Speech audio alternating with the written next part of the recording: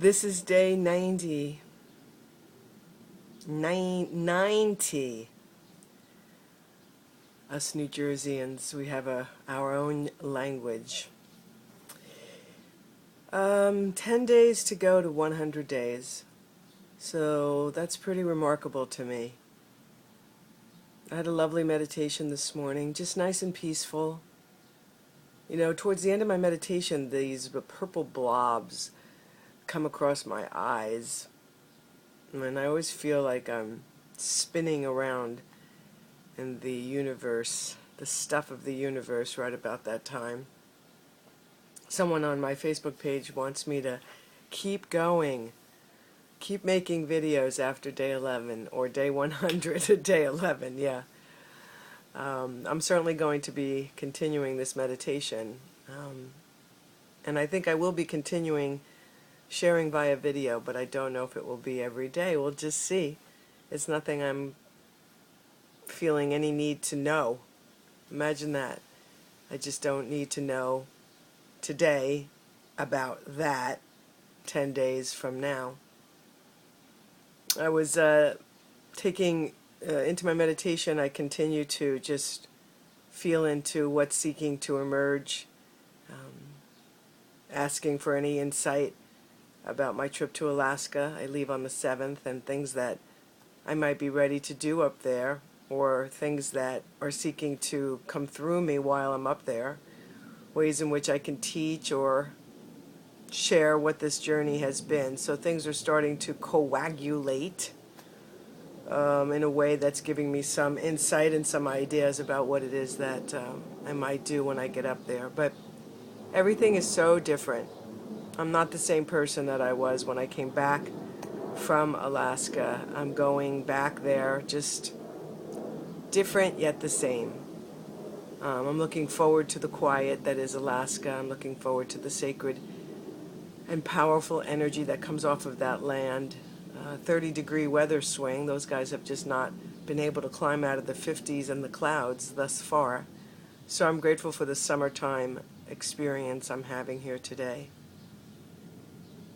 In my meditation today, I think it's just really a quiet grace, a quiet gratitude. Not really exploding or deeply moved by something specific to share or to say to you or myself for that matter. But I did desire, or rather I did call forth to just be an expression of love today for myself and everyone around me.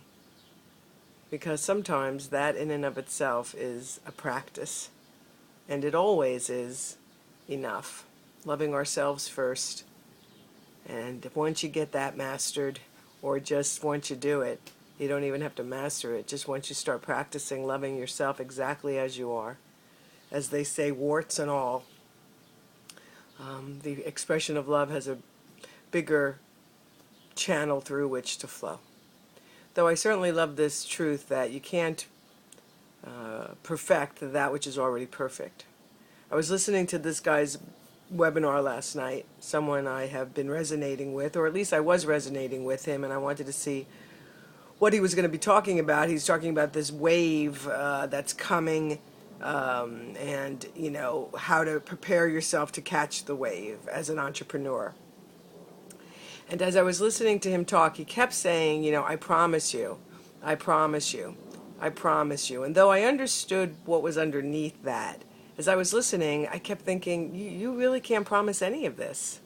Like, how do you know? You only know for your own experience. I mean, I get that we want to be able to promise, and we want to see for another the experience we are having, but there's nothing that you can truly promise. Though I did say yesterday, you know, the promise is one of renewal. Those are the only kind of promises that I think that we can talk about, the promises that are built on principles, universal principles that we didn't create. We can't uncreate them. They exist. They're part of the scientific realm of our spiritual/material living.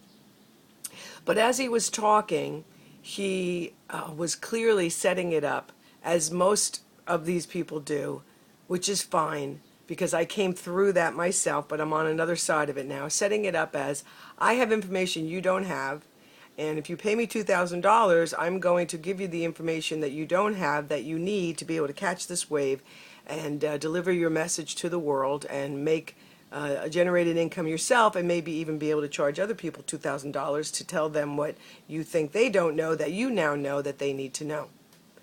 So it's an interesting thing. Meanwhile, there's Kyle Cease, who I just so love because Kyle doesn't do any of this.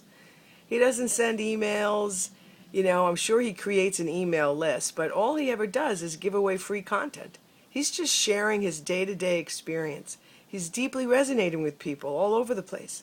Thousands and thousands and thousands and tens of thousands of people watching his videos and responding on his Facebook page and sharing their transformative experiences and the changes and the shifts that they're having and the perceptual shifts and changes that they're having. And then he goes out and does these events. It makes them very affordable for everybody. And that's who I am right now. It's not to say that I'm not here to charge for my work, because that's not what I'm saying. But I don't want to be a part of something in which I'm posturing myself as knowing something that somebody else doesn't know. I don't know. There's just something about that made me very stressed out. Like the 2 years in which I was deeply involved in those moments, watching all these free webinars, giving my email address, getting on all these, emails that come nonstop every other day, trying to figure out how to get the money to buy the course so I could learn what this guy learned, so I could have the success that he had. For me, it was so stressful. And in the end, it just hasn't... It hasn't been something I want to be a part of long term, because the problem is that you can be in a perpetual wheel of thinking that you don't know what you need to know. And you can keep buying all these courses and buying all these courses and buying all these courses, but you never get to doing it.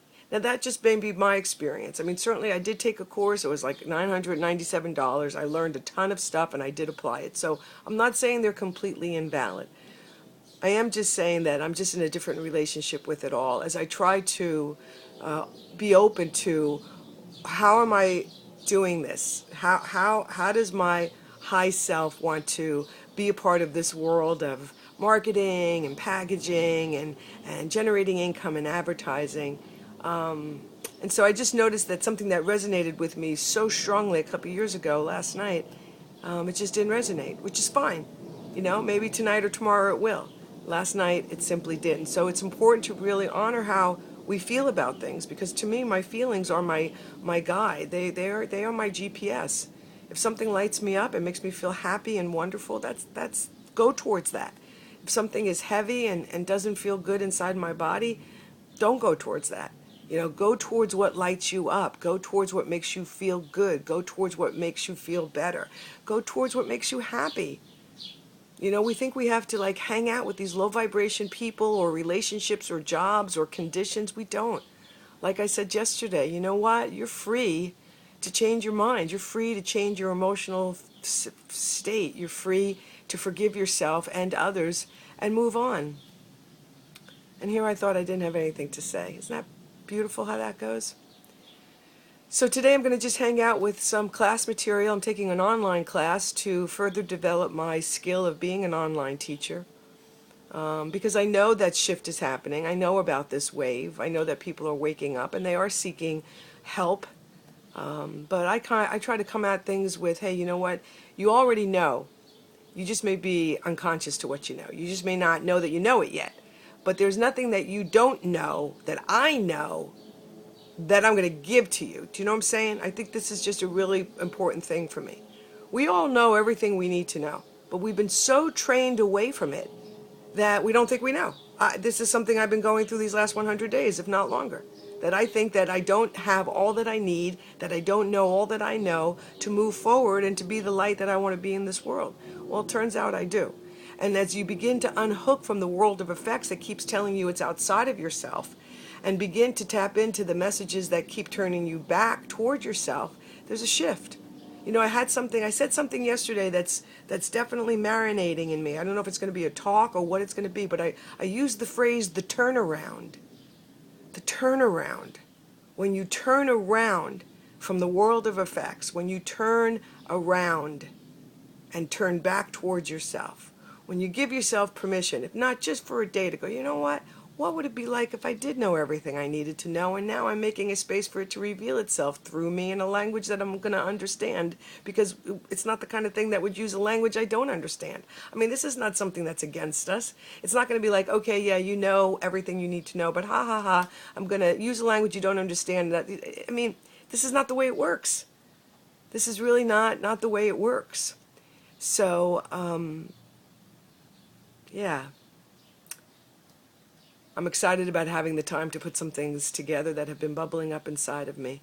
And I imagine getting to Alaska might create a little bit of a space, though certainly here with my mom there's more than enough space too. So right away there's my mind thinking that I don't have everything I need here in this moment to do something. I have to wait for the conditions to change for me to be able to have the perfect time, the perfect experience, the perfect space. Isn't that absolutely fascinating? So this is what happens when you meditate for an hour every day for 90 days, is you may still say those things, but then you have an immediate awareness of what you just said, and you go, oh no, wait a minute, that's not true at all. Who said that that's true? That's not necessarily true. And why is it not necessarily true? Because I said so. Because I have an awakened awareness now. So you still may be running around the wheel, but at least you're aware of the wheel and you're aware of your running, and there are these beautiful moments in which that awareness communicates an opportunity to you to change your thinking. And as the great Ernest Holmes said, when you change your thinking, you can change your life. This is day 90.